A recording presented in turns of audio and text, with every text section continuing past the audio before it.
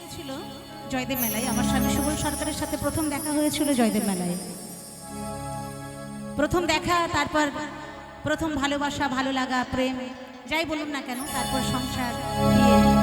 কিন্তু ঠিক এই বছর জয়দেব মেলার আগে সে ফাঁকি দিয়ে অনেক অনেক অনেক দূরে চলে গেছে, যে দেশ থেকে আর কখনো কোনো দিন ফেরা যায় না, ঠিক জয়দেব মেলার আগে। তো সেই ভাবধারা নিয়ে গানখানি আমার লেখা এবং সুর। কয়েকজন রিকোয়েস্ট করেছেন গানটা গাইবার জন্য, আমি চেষ্টা করছি গাইবার।